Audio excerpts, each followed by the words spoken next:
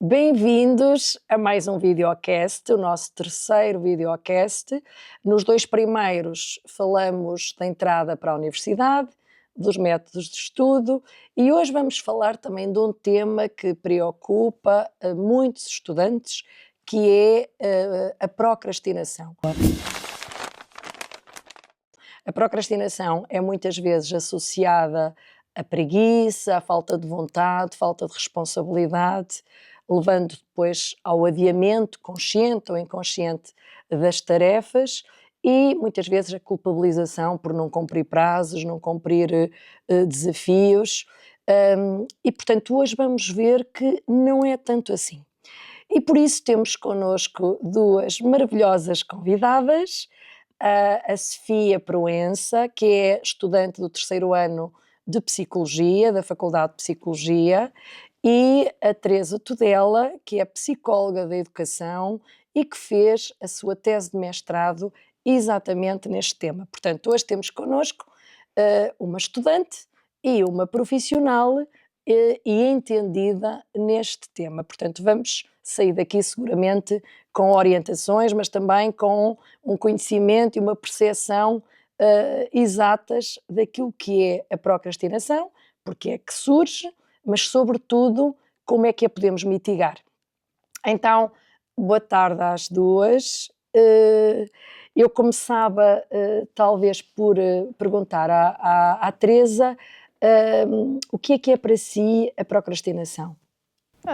Para já, boa tarde, obrigada por me receber aqui. Acho que a doutora Edith já referiu de forma bastante sucinta, ou seja, no fundo é primeiro o adiar, estamos a adiar um curso de ação que pretendíamos fazer e estamos conscientes que adiar não nos está a ajudar e, no entanto, continuamos a escolher fazê-lo.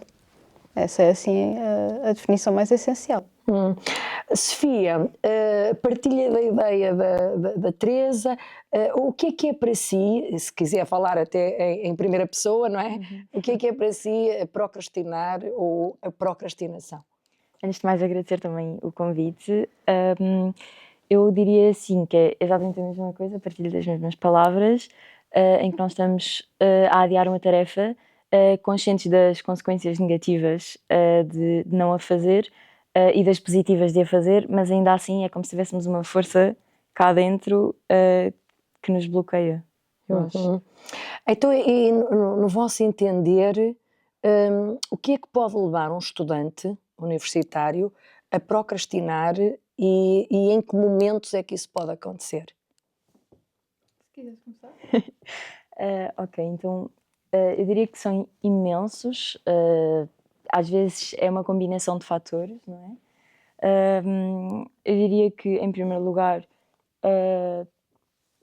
às vezes o acúmulo de coisas, portanto, uma primeira procrastinação que leva a uma procrastinação maior, porque acumulei inicialmente e às tantas tenho uma avalanche de coisas para fazer e isso dá aquela sensação clássica de overwhelming. Depois eu diria também, às vezes, o próprio medo de errar, de não ser perfeito, ou então a tarefa ser entediante. Portanto, nós acabamos por ter pouca tolerância ao tédio e lá está a frustração. E às vezes também o próprio cansaço em época de exames, frequências, sentimos uma exaustão, temos menos capacidade cognitiva. Podemos também estar a passar por um processo emocional. Portanto, a Sofia refere aí várias causas que podem levar à procrastinação. Mas, curiosamente, refere a questão do excesso de tarefas, do acumular de tarefas. E nós vimos precisamente no videocast anterior que quando há uma organização, uma gestão do tempo e dos métodos de estudo e das tarefas, da organização das tarefas, ajuda a que as coisas fluam e que o estudante tenha tempo para fazer tudo aquilo que tem para fazer. Teresa, no seu entender, portanto, e pegando um bocadinho também naquilo que a Sofia refere, quais é que são as principais causas para a procrastinação? Eu tentaria dividir em três categorias. A primeira é a pessoa, Ou seja, muitas vezes a procrastinação vem de coisas que nós pensamos e achamos sobre nós mesmos, que às vezes eu sinto-me inseguro sobre o que estou a fazer e acho que não vou fazer um bom trabalho, ou eu não tenho o conhecimento, não tenho os materiais necessários. Às vezes é não nós, mas a tarefa, ou seja, antes de começar pensamos, eu não vou saber fazer isto, esta tarefa vai ser complicada, vai demorar muito tempo. E depois a terceira coisa é, eu acho que se monta um ciclo muito vicioso, porque a pessoa procrastina e depois tem um disparo de adrenalina em que faz as coisas à última da hora e no final tudo se resolve, o que só reforça que tudo correu bem, tudo acabou bem e portanto podemos repetir da próxima vez, em vez de aprender e tentar fazer de forma diferente. Mas acho que durante muito tempo considerou-se apenas uma coisa de preguiça, de falta de motivação, e hoje em dia sabemos que é muito mais uma resposta em que tentamos proteger as nossas emoções mais negativas e efetivamente olhamos para esta tarefa como uma ameaça e procuramos ou completamente evitar ou substituir por outras coisas de não posso estudar, tenho que arrumar o quarto, porque assim o facto é que funciona e ao evitar não lidamos com estas emoções mais negativas e portanto continuamos. Portanto, aquilo que nos está a dizer é que podemos associar em grande parte também a situações de grande stress emocional, as questões da autoestima, do autoconceito, do perfeccionismo, como referia a Sofia. Portanto, como é que vocês relacionam a procrastinação com estas áreas diferentes da pessoa? Pronto, é assim, o perfeccionismo, de novo, é a relação que nós temos com a tarefa de se eu quero fazer bem, eu quero ter uma certa nota e quando achamos que não vamos atingir isso, de novo, fugimos e em vez de tentar confrontar, desconstruir, reformular as coisas que temos para fazer, é sempre mais fácil evitar para, de novo, protegermos as nossas concepções sobre nós mesmos.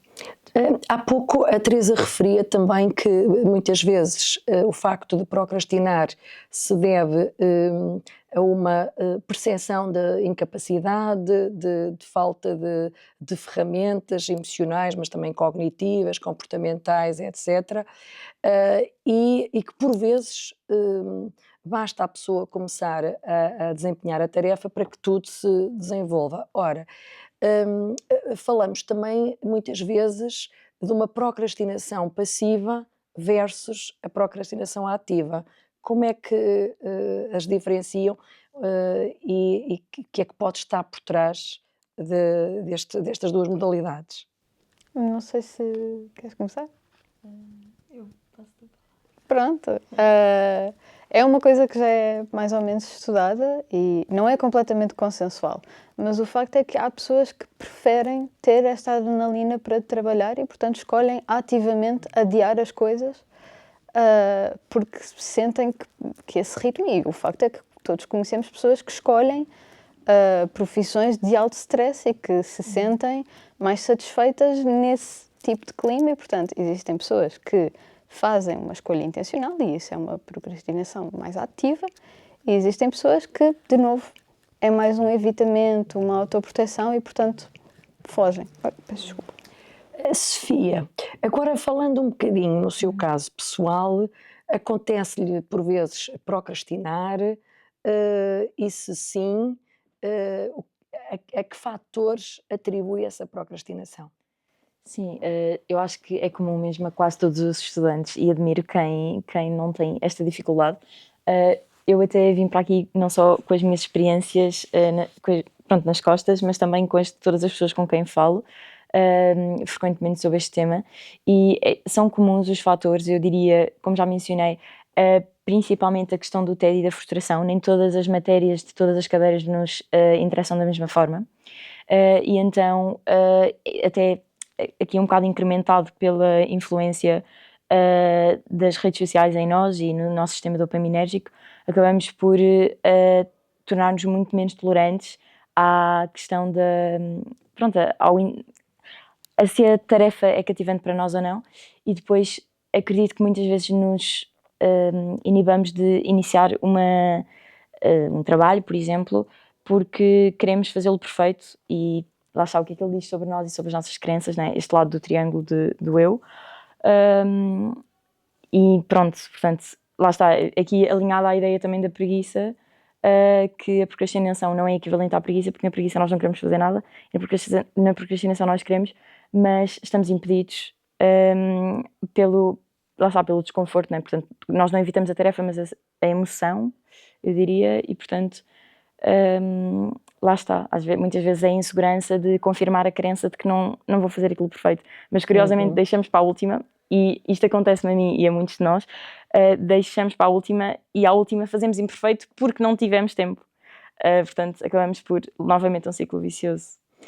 A Sofia tocou num aspecto muito importante, a questão das redes sociais e da influência que elas próprias podem ter na procrastinação.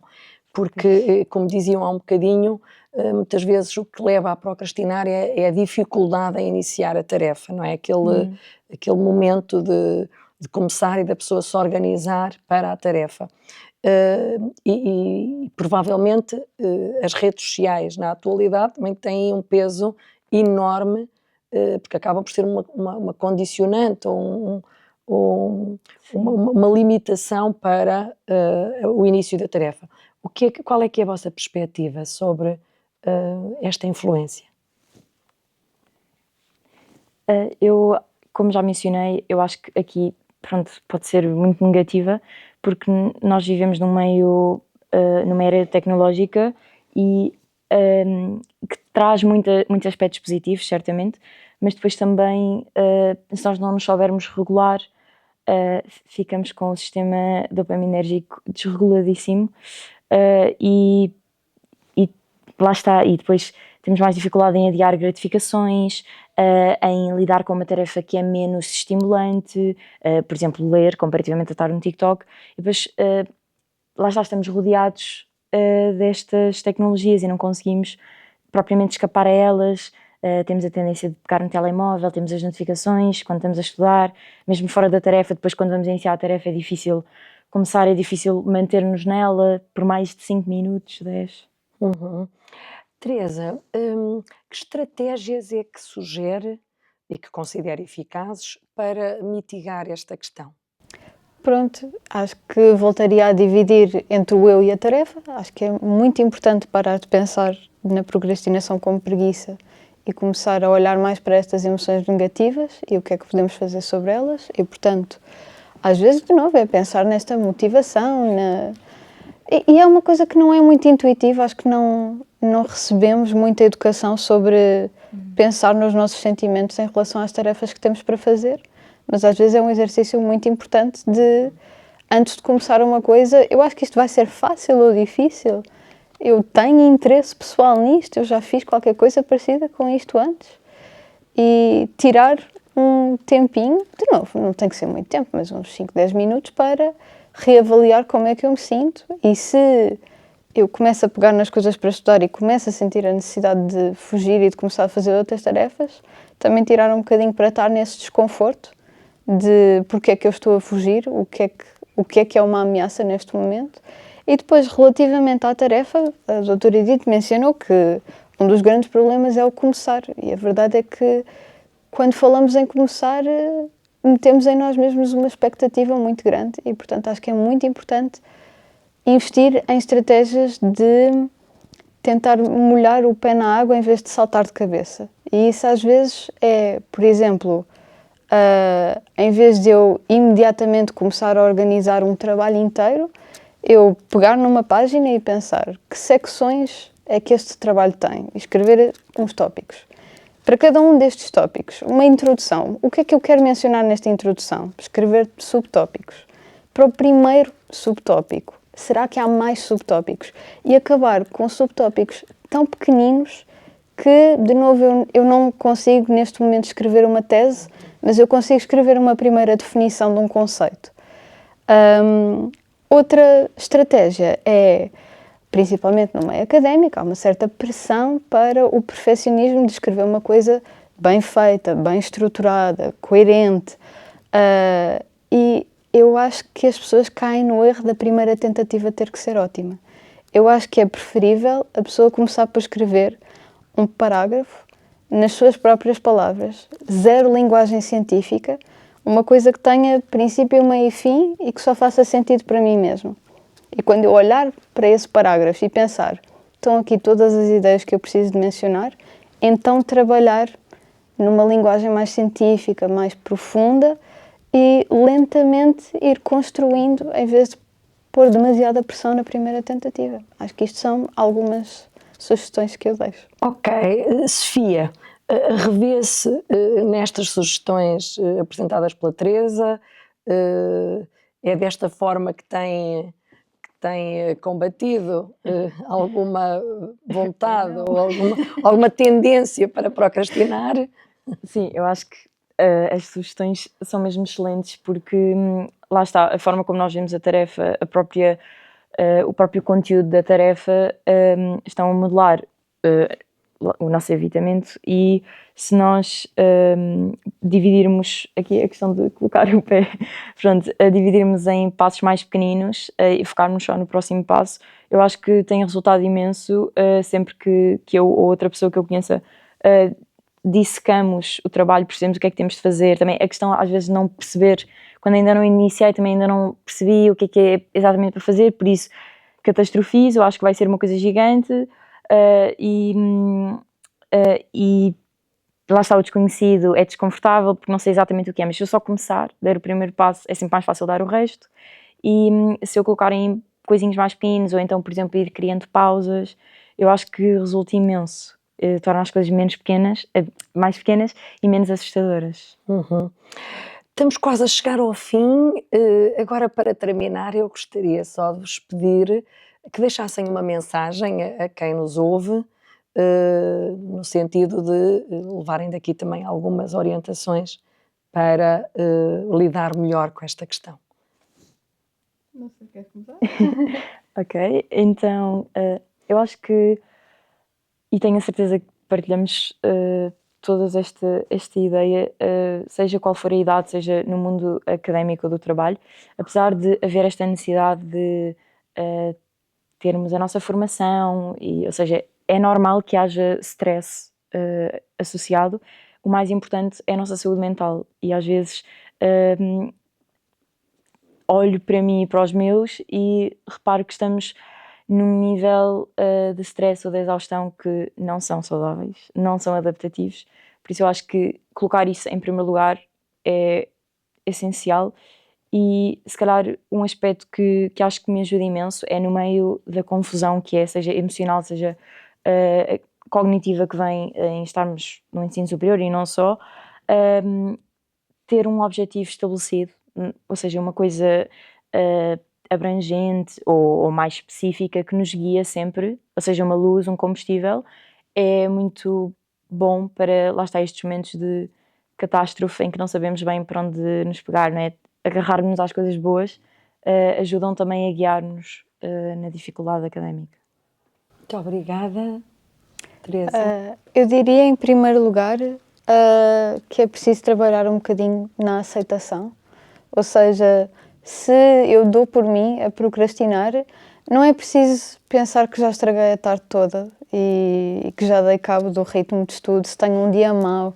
Não é preciso desistir imediatamente, às vezes é bom pôr um bocadinho de distância. Aceitar, ok, eu estou a reparar sobre mim que eu não estou apta neste momento e que não me está a apetecer. O que é que eu posso fazer a partir daqui? Como é que eu posso mudar em vez de vou adiar para daqui a 1 hora?